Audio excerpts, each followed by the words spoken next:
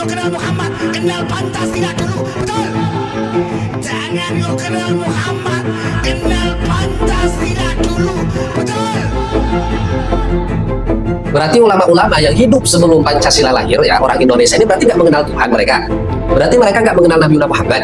Berarti mereka nggak mengenal Islam karena Pancasilanya belum lahir. Ini logikanya dibalik. Ini sebenarnya Islam lahir dari Pancasila atau Pancasila lahir dari Islam? Sholat itu munajat, selalu dialek kepada Allah. Kenapa nggak kau pertanyakan? Seluruh Muslim, seluruh mukmin yang beriman setiap hari dialek sama Allah Subhanahu Wa Taala. Betul? Kok malaikat dikritik goblok sih ya? Lantas kalau difahami seperti itu, si wali gufron ini kalau sholat berarti dia komunikasi dua arah gitu dengan Allah. Jadi kalau dia minta, Allah jawab dengan bahasa Suriani gitu.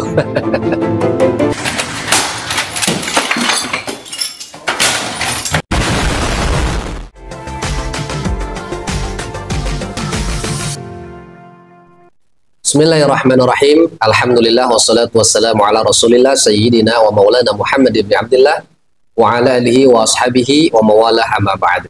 Teman-teman, kembali lagi bersama Al-Fakir, Kang Uce. Insya Allah di kesempatan ini kita akan mengomentari statement salah satu makhluk langka yang tidak harus dilestarikan. Kita tahu ya, beberapa bulan terakhir ini kita dihebohkan dengan seorang ulama yang luar biasa, yang paham bahasa jin dan bahasa semut.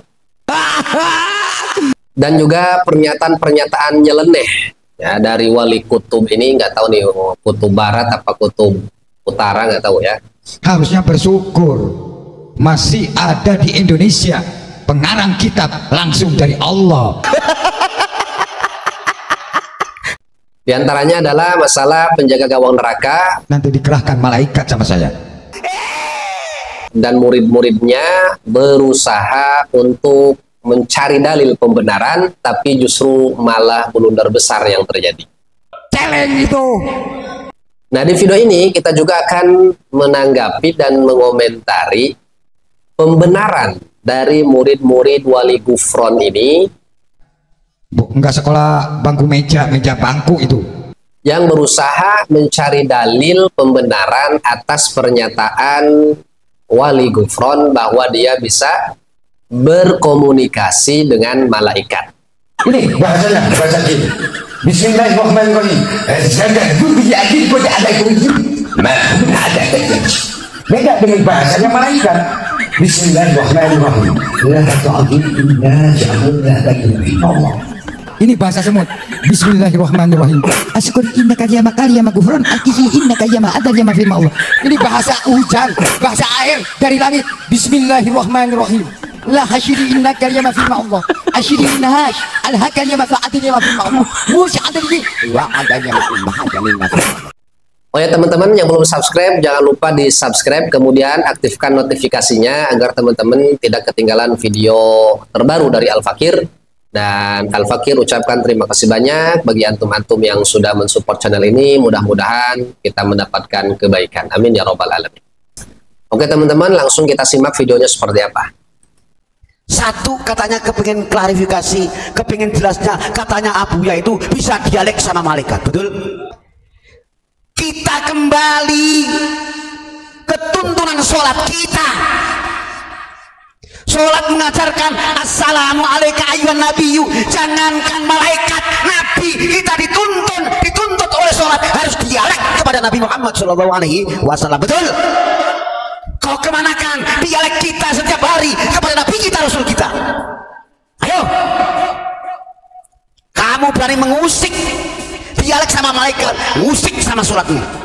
Tuntunan sholat kita jelas, dialek kepada Allah, betul nggak? Kok nggak digugat? Sholat itu munajat, selalu dialek kepada Allah. Kenapa nggak pertanyakan? Seluruh Muslim, seluruh mukmin yang beriman setiap hari dialek sama Allah Subhanahu Wa Taala, betul?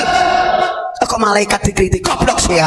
Nah, seperti itulah ya teman-teman dalil pembenaran dari salah satu makhluk langka murid wali gufron ini. Ya kita malah lucu dengernya gitu. Gimana ya? Dia mengatakan bahwa kita ini sholat diajarkan untuk berdialek kepada Nabi Muhammad. Jangankan kepada malaikat, kepada Nabi kita setiap hari berdialek. Lah emangnya malaikat dengan Nabi Muhammad mulia siapa? Lebih mulia Nabi Muhammad Sallallahu Alaihi Wasallam. Dan dialek dalam sholat itu hanya sekedar istilah saja, teman-teman. Itu jangan difahami kita ini komunikasi dua arah dengan Allah atau dengan Rasulullah. Betul, kita ini bermunajat dalam sholat kepada Allah. Tapi bukan berarti komunikasi dua arah. Assalamualaikum ayuhan nabi wa rahmatullahi wa barakatuh. Apa Rasulullah Sallallahu Alaihi Wasallam itu menjawab kemudian kita dengar dan kita translate ke dalam bahasa Suryani? Ya nggak begitu juga. Jadi semakin mereka ini mencari dalil pembenaran ya semakin kacau gitu ya, semakin membuat perut kita ini sakit gitu. Kenapa katanya sholat yang berdialek dengan Allah nggak digugat, sementara dialeknya wali gufron dengan malaikat digugat? Lah lain. Ya masalahnya wali gufron ini mengklaim dia bisa komunikasi dengan malaikat, komunikasi dengan para wali, komunikasi dengan jin, komunikasi dengan semut. Ini yang jadi masalah. Bukan masalah dialek dengan Allah ketika sholat. Ya.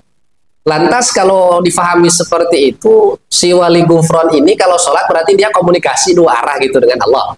Jadi kalau dia minta Allah jawab dengan bahasa Suryani gitu. La haula wala quwata illa billah. Kok masih ada ya di era modern seperti ini orang-orang yang meyakini hal-hal aneh di luar nurul ini ya teman-teman. Kemudian ya si Mujib ini makhluk yang paling langka di antara murid-murid wali gufron ini pun pernah menyatakan satu pernyataan yang menurut saya ini sudah menistakan agama, teman-teman. Ya, coba kita simak sebentar. Jangan kau kenal Muhammad, kenal Pancasila dulu, betul? Nah, jangan kau kenal Muhammad, kenali Pancasila dulu. Ini ajaran dari mana coba? Mau pakai dalil pembenaran seperti apa lagi? Ya.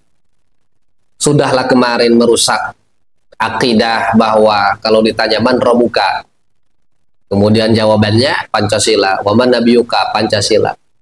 Nah kata dia, kita orang Indonesia ini mengenal Allah, mengenal Rasulullah itu melalui Pancasila. Lah Pancasila lahir kapan? Berarti ulama-ulama yang hidup sebelum Pancasila lahir ya, orang Indonesia ini berarti nggak mengenal Tuhan mereka. Berarti mereka nggak mengenal Nabi Muhammad. Berarti mereka nggak mengenal Islam karena Pancasilanya belum lahir. Ini logikanya dibalik. Ini sebenarnya Islam lahir dari Pancasila atau Pancasila lahir dari Islam? Nah, ini terkadang kita heran gitu ya dengan orang-orang semacam ini yang berusaha membentur-benturkan antara Islam dan Pancasila, tapi di sisi lain juga merendahkan Islam, terlalu melebih-lebihkan Pancasila. Ya kita semuanya rakyat Indonesia tahu, Abah ya. Kita di pesantren, kita di sekolah ini diajari tentang Pancasila. Kita setiap hari Senin upacara. Kita hormati para pejuang. Tapi ya jangan kebablasan. Ibarat Syiah, mencintai Sayyidina Ali karramallahu wajhah itu bagus, tapi ketika berlebihan, ya ta'assub, nah ini yang repot teman-teman sekalian.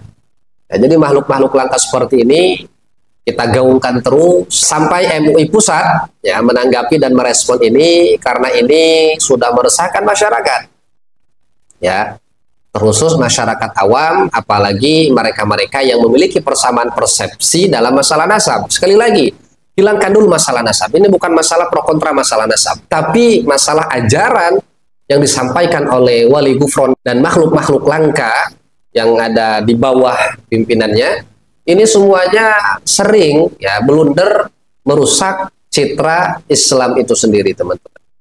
Kemudian yang terakhir, teman-teman yang barangkali lagi scrolling ya, lihat video YouTube, kemudian ngelihat pemahaman yang aneh-aneh, silakan tag akun saya. Insya Allah nanti kita komentari ya sekemampuan Al-Fakir. Assalamualaikum warahmatullahi wabarakatuh.